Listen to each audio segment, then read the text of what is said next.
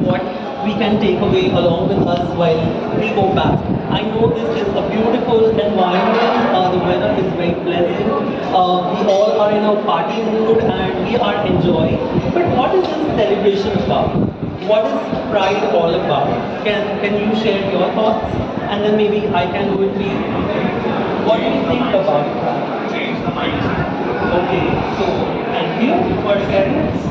Okay, acceptance, changing mindset. Okay, sorry. Creating awareness. Thank you. Anyone else? Any more thoughts? Equal opportunity. Equal opportunities. Thank you. Sorry. Fair treatment. Definitely. Thank you. So let me tell you while Mulashani through the journey of Pride. Pride wasn't about celebration. Pride was aggressive or rather resistance towards violence, injustice, and all that the LGBTQI members of the community had. And why we were excited without any glitter, colors, and much more. We started getting connected to causes, be it including or creating more awareness about HIV, creating more awareness about Black lives, and many, many more causes to which we started getting attached. And we started representing ourselves. We started being visible, we started being right there in front of people. And to create more impact, we started including music, we started being more flamboyant and so on, and being right there in front of the audience. While that is something which we have known happens globally in different countries, what do you think? Is Pride all about Western ideology? Do you think Pride comes from a Western ideology? Is it? How many of us agree that it does? None of us? Okay, sure, definitely. Well, it doesn't come from Western ideology. We very much had queer people in our country since the ancient times. However, we have been trying to be erased. We've been trying to get away from being into the so-called mainstream. We were worshipped once upon a time. However, with a lot of changes that took place after the baby boom, we were criminalized and we were trying to get away from being a part of the so-called mainstream. However, the meaning of pride is different for different religions. In India, people believe that pride is more about liberating themselves. Pride is more about expressing themselves and being the truest form of themselves. Well, I'm sure any one of you must have come to our LGBTQI plus pride marches that happens in India. You may have experienced that people who are closeted feel very much comfortable when they are there at Pride. Like someone mentioned, they come to Pride for dance. They enjoy or they try to communicate. This happens when they are in their truest form and they feel very, very much at content and at comfort. While I ask this question, how many of us have seen Bob Marley? How many of us have seen Lakshmi Narayan Tripathi? How many of us have seen Shishant Dilpekar? Okay. I agree that many of us may have seen Shishant recently, maybe in Big Boss or any other reality shows. Bobby Darling exists quite way long ago. However, we have not recognized Bobby Darling for what they had to offer to us. We have always seen them as a subject of mockery. They have often been made fun of. Bobby Darling was one of the courageous person who came right there in front of us to represent themselves. However, we made fun of them. We made fun of people who identified themselves as same as Bobby Darling. And so there was fear, there was anxiety, and much more. Of course, there were laws which were not in place and made us feel more as a criminal and not as a human. But Bobby Darling really made a difference by being there and helping people identify that they could be queer too. Bobby Darling was one of the representations who actually got that resilience, that courage to be present amongst us. However, as time passed, we have not seen Bobby Darling anymore on the television, isn't it? They said they may have been queer, they may not have known that there is a terminology called queer. They may have felt that they could have been gay, while transitioning is a process. They may have identified themselves as gender non-binary, that is neither a man or a woman, but somewhere in between the spectrum. They could have been gender fluid. However, they came to a point where they felt that they are a trans person. So it's a journey where a person goes through certain phases in their life. However, what is important for us is acceptance. What is important for us is support. And that is something that the community members have been seeking for a very long time. I'm sure a lot of us may have had someone or the other in our friends or family or relatives who may have been a part of the LGBTQI plus spectrum. But we have not had that strength or courage to know more about them. We may have accompanied those who may have laughed or mocked or made fun of these individuals. Now, because we work in spaces where we are trying to create an inclusive environment, we are trying to create an all-inclusive atmosphere, we are trying to get equipped with these terminologies, and so we say that, oh, I had a relative or a sibling who may have been queer, and I might have not bothered to even give a listening ear. Listening ear it is. All you need to do is provide a listening ear to a queer person who may be struggling in their journey, who may want to share about their truest form with you or maybe someone else. Listen to them. You may not have to give them advices. You may not have to go over the way and become a counselor to them. We may not find ourselves as professional or trained enough to become a counselor. But just giving a listening ear could make a difference for people, isn't it?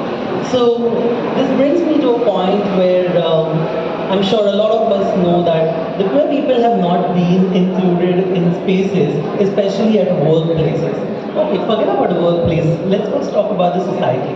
We've seen them in different forms, in different professions. Most of them would have been in fashion industry or in cosmetics and beauty parlor and whatnot, isn't it? But do you think we just belong to these spaces and no other spaces? Do you think that a trans person only deserves to be on the streets and extend hand in front of others and ask for money or harass people for money? Do you think that they are only capable of indulging in commercial sex work? Of course not. I am a scientific researcher. There are doctors, there are MBAs and many more professionals who are capable enough to get equal opportunity. However, due to lack of understanding, we've been kept at the periphery of the mainstream society. This brings me to the next question. How many of us have seen a non-binary person or a transgender person as our neighbor? Have you seen anybody has any transgender person as a neighbor? Anybody has seen a well-read, qualified transgender person or non-binary person working in a corporate space? I have seen as a lawyer. Thank you. I really appreciate that. We may have got some scope to get into law or some areas where there was very little of an acceptance for us to just get into. But let me tell you, many of us may not even have seen the doors of academic institute. Like I said, we have not seen trans members as our neighbors because we have never allowed them to be a part of us. We've always pushed them away. And if we see somebody coming at the signal, extending their hands in front of us, the first thought that comes to our mind is, why do they not go and find a job for themselves? But do you think anybody would provide them a job? Of course not. Reasons: they do not have the necessary qualification. They do not fit into your requirements. They may not have, families, or they may not have people who are supporting them to uplift them, empower them, and help them have a better, or rather, a life with much more respect and dignity as much as we all do. We fail to understand them. We fail to hold their hands and get them up, out of whatever they are into, and bring them along with us to work in spaces such as these. However, there are many more challenges. Let me tell you, there are minimum of a 2% transgender folks who are fortunate enough to have employment, who are fortunate enough to be with their families, who are fortunate enough to go to academic institutes, complete their education, and not just that, but live a life with dignity and respect. And I am one of the privileged ones. Hence, I am here right in front of you sharing this information that a majority of my community is still not getting the basic moral support from their near and dear ones. So what can we do in that case? Should we just get them and give them a job opportunity? Well, it won't help. Why would it not help? Because they may not have certain skills which we were fortunate enough to get. So then as individuals, what can we do? Thank you. Treating them equally. How would you treat them equally? Somebody said acceptance. Okay, thank you. How would you accept them first? Okay, accept them as a human being. Okay, fine. How is it going to make a difference in their life?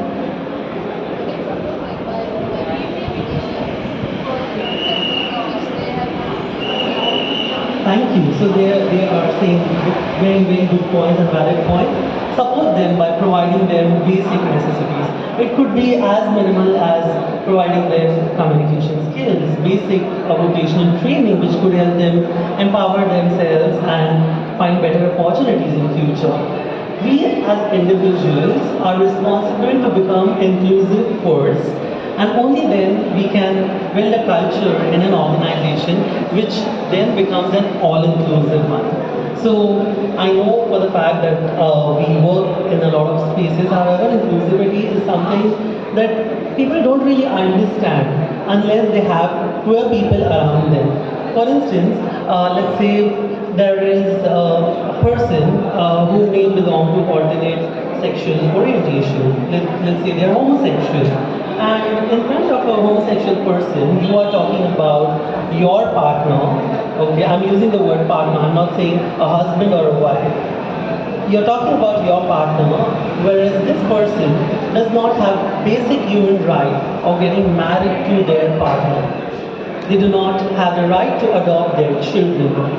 They do not have the right to live with their own partner wherever they want. They do not find themselves safe. In such a scenario, is it good to discuss about our own personal life in front of them? How many of us agree that we should not discuss about our personal life in front of queer people? Okay, nobody agrees? You agree that we should not, okay? But the silence is saying that we must. How many of us are for it must? We must discuss our personal lives.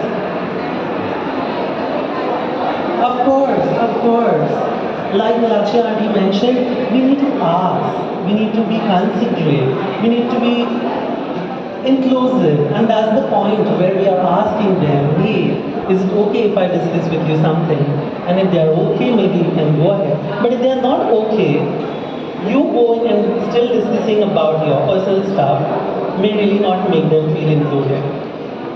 They may feel excluded because they have not been getting that opportunity to discuss about their partners. I'm sure we must have been having family needs at our workplace, and all of us may be getting our partners, our children and so on, but a queer person still does not have the courage to get their partner along with them, or somebody who they call their family of choice, just as how I have Dr. Nilashi ma'am here. We may not have that strength. People still question. I remember I went at a party and I took one of my family of choice member with me, and people asked me, why did you get her at a party? I said, she is a near and dear one to me, and that needs to be respected. Inclusivity begins right at that point.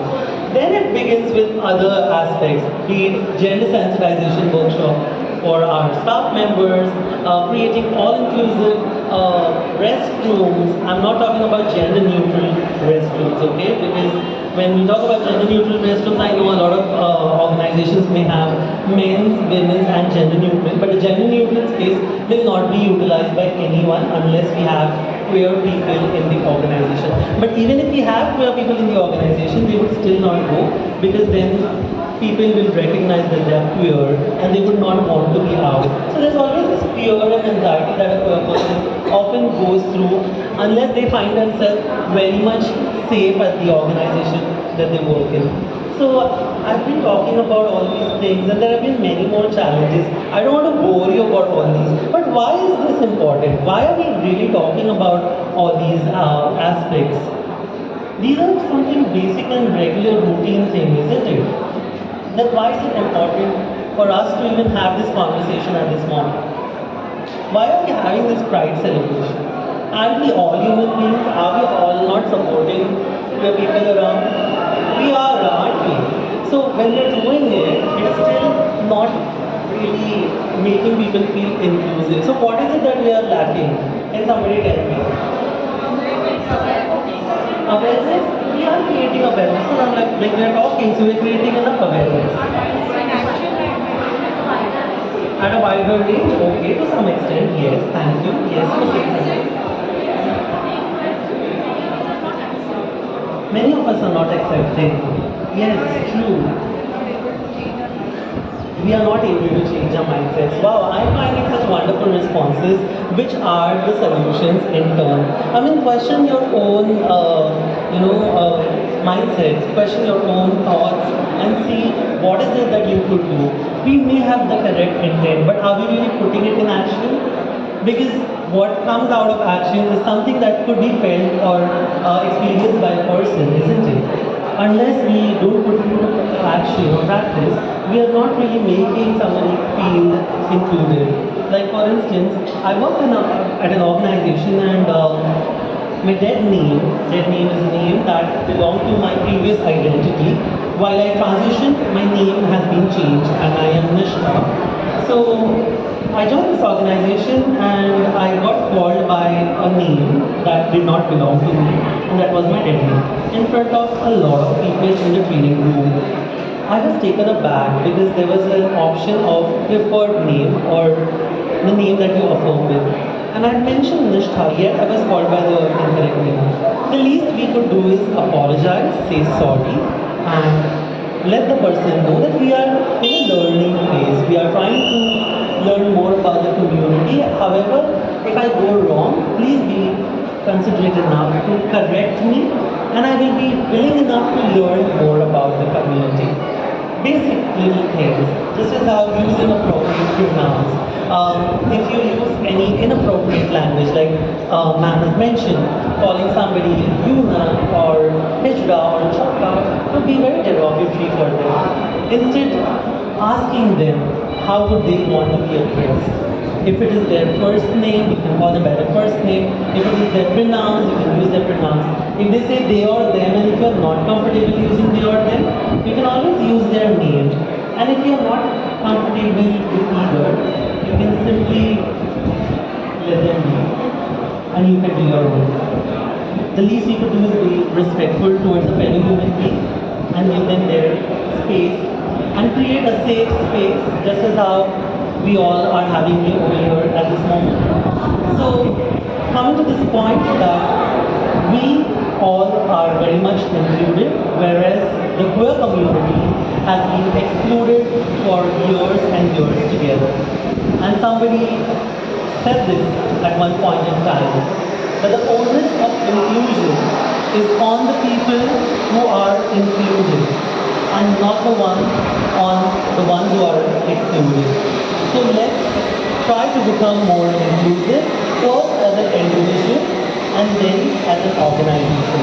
Communicate. Whatever you hear, share it with your friends, family, go and let them know. Interact with people from the community. It's not necessary that you need Anushka or you need Rakunyashi all the time to come and communicate. There are many, many people out there. It's just that you need to see them, you need to acknowledge them. But you don't have to call out them. You don't have to call them queer. You just have to be humble enough to say, hey, my name is Nishta. I pronounce as she or her, if I may ask, what are yours? It could begin with that, and maybe you will find a new friend, or you may become an ally to a queer member, and they will remember you forever. I'm sure that will be a journey. So, considering time and I know you are more excited for the further agenda in today's event. We are very grateful that we are here today at Merce and we are being a part of this Pride session. Thank you so much to each one of you who made it possible.